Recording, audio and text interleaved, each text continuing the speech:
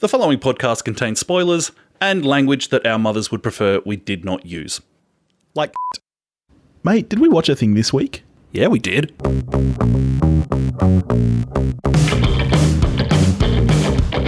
Hello, everybody, and welcome back to We Watched a Thing. You know who we are. I'm Billy, he's Topher. And what are we talking about this week, mate? Oscar frontrunner, Nomadland. Ooh, would we say Oscar frontrunner? Is that Well, what you I'm heard? talking in the kind of literal odds makers sense. Really? Right. For you think this has a shot at Best Picture? I'm saying that the odds makers certainly think it does. Wow, okay. I know nothing about the odds. I don't look at that stuff. That's No, not until you need to make your Oscar predictions and you just copy and paste. No. I do not. I've never done that. You know I don't do that.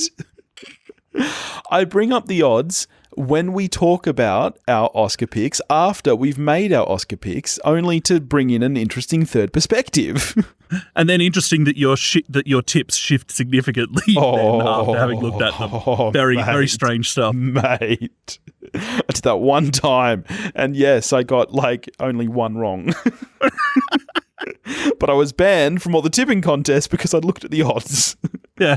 It's almost like betting agencies have become good at making money over time. All right, well, let's talk about this. We were lucky enough to get to an advanced screening of this thanks to our great friends at Dendy Cinemas. Thank you, Lucy, for those advanced tickets. That was wonderful.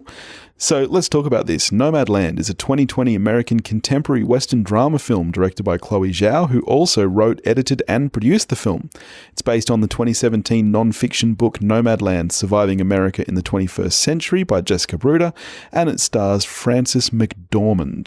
Also stars David Strathairn, as well as real-life nomads Linda May, Charlene Swankie, and Bob Wells as fictionalized versions of themselves. Let's get into it. What's it about, mate? What is it about indeed? It's kind of about the very real challenges of living at the margins in modern America. I feel like you could almost broadly say it's about the American dream, in a way. Yeah, or lack thereof. So let's get into it. Obviously, you loved this film. It made your top of the year list. It didn't quite make mine, although it was close. So I guess that gives people an indication that we liked it. Kick us off, mate. Okay, you mentioned that there's a lot of people in this film playing fictionalized, I'm not sure how lightly or heavily fictionalized versions of themselves, which is something that Chloe Zhao has experience with her previous film. I think it was the film she made before this one, The Rider, Yep. Which is an excellent film where, if not the entire cast, then very close to it, are non-actors. It's just people playing themselves in a quietly powerful story. Mm-hmm. This is now only the second film of Chloe Zhao's that I've seen, but quietly powerful is maybe how I would describe Chloe Zhao films. Yeah, yep. But yeah, a really interesting approach to not hire actors for these roles. And you really notice it when the credits come up. And it's like you see who's playing who. Yeah, and it comes up with the credits. Other than it's like Frances McDormand, David Strathairn, and then just people who have the same name. And it's like, oh, wow. Wow, Yeah. she did it again. Yeah, well, and the guy who plays David Strathairn's son, that's actually his real son. And the level of performance that she gets out of these previously non-actors is quite frankly phenomenal. I have to disagree with you here. And for me, this is really the one thing that stopped it going into my top of the year list. I think there's some beautiful things this film does, and I think it does some things exceptionally well. Casting non-actors is not one of them for me. I think, and maybe it is just because, they're up against Frances McDormand.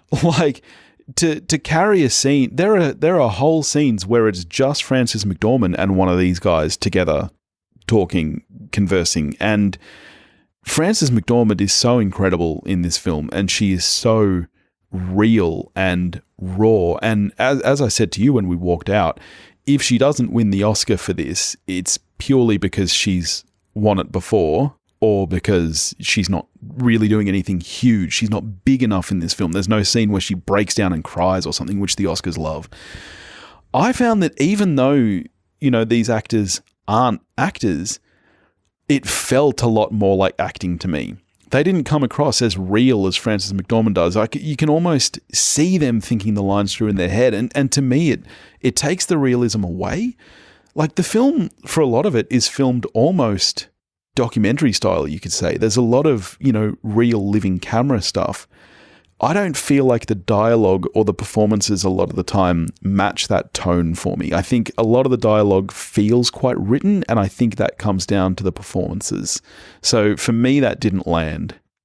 Very interesting. I mean, I couldn't have had a more 180 reaction to you with these people. I was just sitting there the whole time going, wow, I feel like I'm just watching people.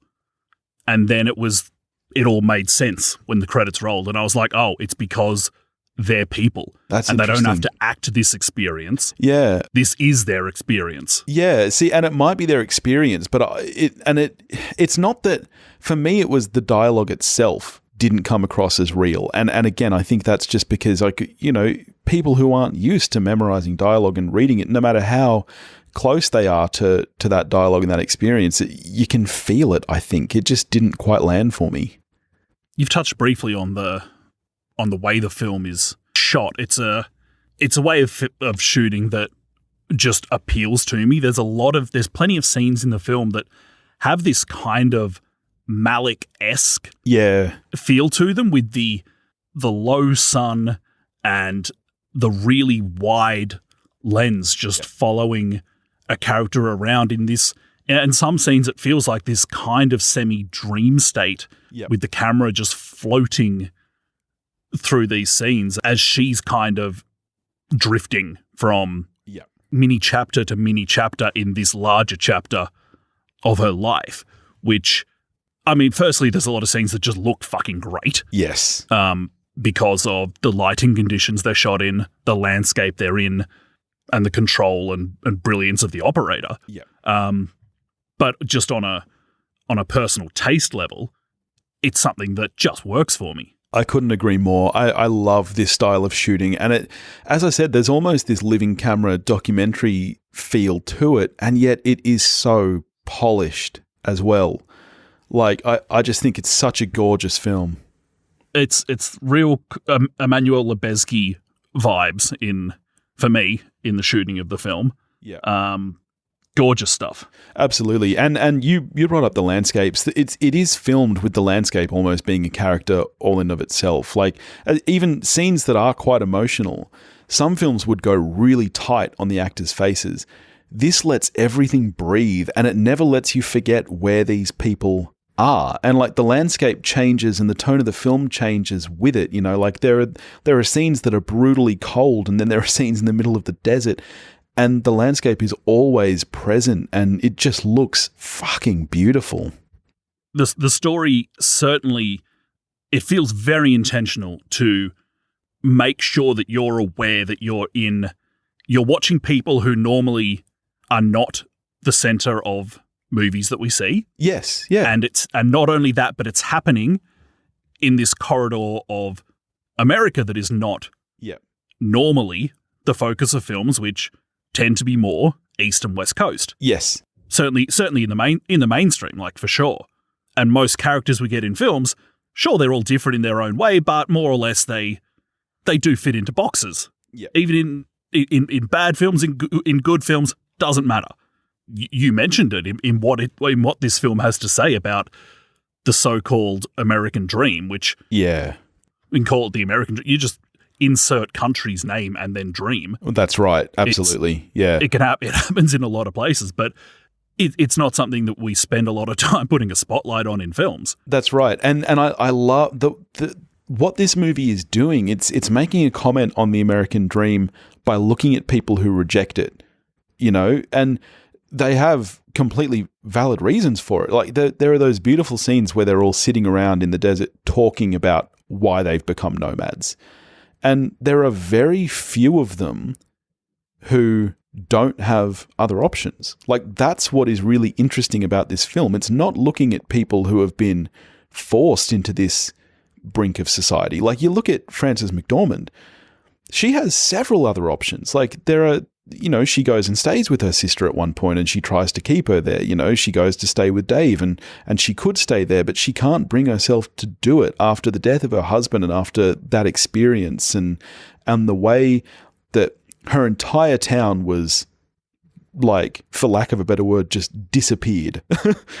Like, it's beautiful. And what I really love about the film is that it takes both of these lifestyles and looks at them with a sense of, it's not trying to say this lifestyle is great, this is bad. Like, it shows you the realities of both. Like, there are moments where being a nomad looks, quite frankly, wonderful. And then there are moments where she's shitting in a bucket and you're like, yuck. Like, and it looks at both of these lifestyles with a sense of love and a sense of just realism and, disparaging about what about it isn't great at the same time. And I think it handles that so well. Something it captures really well when she goes into suburban life briefly. What it reminded me of is when Jeremy Renner kind of re-enters his quote-unquote normal life in The Hurt Locker, and he's wandering through this supermarket, and it's amazing how that film made a supermarket feel so strange because of how well it had embedded you in what this character had been doing for the film up until that point. And exact same here. Like, Frances McDormand is just in, even when she's just in a bedroom. Yes, I know, with like a normal bed. This film has done so well at bedding you down in her life. Yes. To that point that you're like, wow, how weird does a bedroom feel? Yeah, and you can see her rejecting it and feel strange about it. Like, she clearly is not comfortable in a bed anymore. Like, it's just not for her. And I like the fact that, you mentioned that, that there are people who are living the nomad life because they love it, and they love this part of the country, everything. And then there's also, they show the flip side of that and the flip side to the American dream, where one of the characters is talking about she checked her social security, and what did she say? There was like $165 or something. Yeah, and it's just like, oh wow. So then there are these people who have just, the system has just let them down completely. And one thing I really like about the film is that it's this great not knock you over the head thing about, like, not necessarily specifically 2020 when the film did initially come out, but about this era in American politics where it feels like, certainly from the outside looking in, it certainly feels like these two sides just don't get each other at all. And even if, let's say, you don't approve of someone who looks in their social security account, sees there's $165, is really pissed off, and so votes for Trump. Even if you're like, well, no, I don't support that, at least it gives you an insight to, there's a reason why people feel let down and are pissed off. Yep, absolutely. Yep. And as you said, I think the words you used were quietly powerful. That is the perfect way to describe this film. There's nothing big about it. It feels very small scale in a lot of ways, but it does so much with what it utilizes, I think. So the film itself, it kind of both does and doesn't follow a narrative. It's very much what you'd call slice of life film, where it takes, an 18-month period in this woman's life and it just shows it to you. It doesn't have an inciting incident that we see on screen. Everything that's happened with her husband, the town shutting down, has happened earlier. And when we come into this character, she's already living this lifestyle. And when we get to the end of the film, she's still living it. There's no real resolution to the film, I think, which it can almost throw you off a bit. But I love that style of film where it doesn't just hand anything to you on a plate. There's no happy ending in this film. There's also no unhappy ending. It's just this period in time. And it kind of flirts with it when she is staying with, that's right, David Strathairn's family.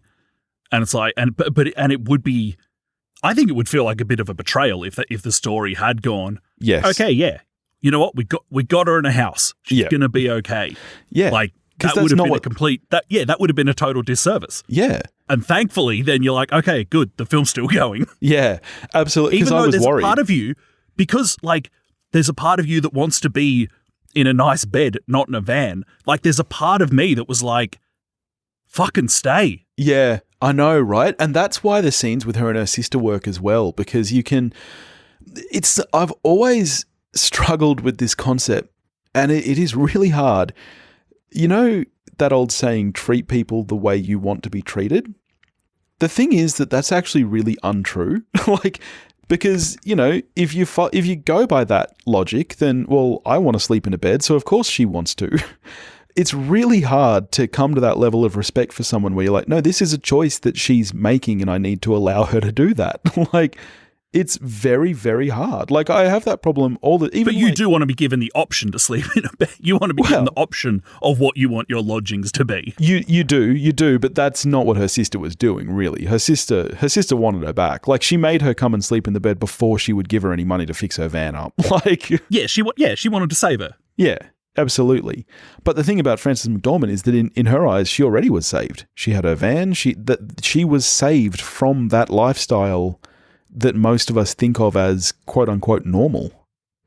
One thing that I think the film does, I think this is a total success in the film, is the way it gets across what it thinks the value of a human life is. Mm. And that is not how many things do you possess, how big is your house, all these kind of things. It's far more about the connections and value that you have with other people. And so when something bad does happen to a material possession like the plates, it's got nothing to do with because that's the plates that she eats off. It's because that's the connection to her father, to another human. Yeah. And I think Chloe Zhao is really pretty great at just giving weight to people and their value, which, like, how much stuff do we watch where 20 people get mowed down in a sequence of whoever driving down whatever fucking road? Yeah. And who cares? Yeah. We can be so desensitized to it. And not that I always care. Like, I'm more than happy to shut my brain off and watch people be mowed down in a fun action sequence. But it's all the more powerful because, again, it's done so quietly. Yeah. And with such understatement in this film. And like, you kind of have to come to it. I agree 100%. And this is why I think the bookies might have it wrong, mate. I don't think this movie really has much Oscar hope, which I think is devastating. I would like to see it get at least a few nominations. Chloe Zhao getting Best Director would be brilliant. I can't see it happening because it is such a quiet film, and that's just not what they tend to go for, really. Part of it at the moment is that it was always, just because of the nature of the year, it was always going to be a lighter field than usual. Yes. And that is not me saying that Nomadland is less deserving than any others, but the competition was just always going to be thinner this year. Yep, that's true. So yeah, I will be so curious to see what happens come Oscar season. I feel like at this point, I don't even have a read on what's going to get nominated. You know, outside of the few, you know, Boseman for Ma Rainey's, will that get any other nominations? Who knows? Mank will probably score a few, but well, it will probably see Viola Davis running against Frances McDormand. Yes, that's true. Even though I don't think that should be, I think that'll be some category fraud. I think that there's only one person in that film who should be in lead, and even that's a little bit ropey given how much of an ensemble it is. Yeah, as I said, I think that Frances should, based on what I've seen this year, if she doesn't win for Nomadland, which she really should, it will be for more politically based reasons, because she is spectacular in this film. She's so real. I mean, look, I'd have absolutely no issue with her winning from what I've seen, but I haven't seen Vanessa Kirby's performance. I haven't seen Carey Mulligan's performance. So there's some big ones out there that could change my mind. Are you talking about Promising Young Woman and Pieces of a Woman? Are they the two performances you're talking about? Yes. Yeah, hopefully we can get to them soon. Yeah, we should put them on the schedule. Yeah. Alrighty. Cool. So how are you scoring Nomadland then? I think it's very good. I'm an 8 out of 10. I'm also an 8 out of 10. I loved this film. It very nearly could have gone higher for me. And as I said, it just missed out on my top of the year list. It was in that category of, here's 10 films I've given 8s to, which is going to be the one that makes it up. I adored this film. Absolutely loved it. If you get a chance to see it, I believe it doesn't come out wide release until March. But when it does, go get to it. I concur. What are we getting to next week, buddy? Yeah, what are we watching next week? Yeah, I don't know either, do I? We'll figure something out.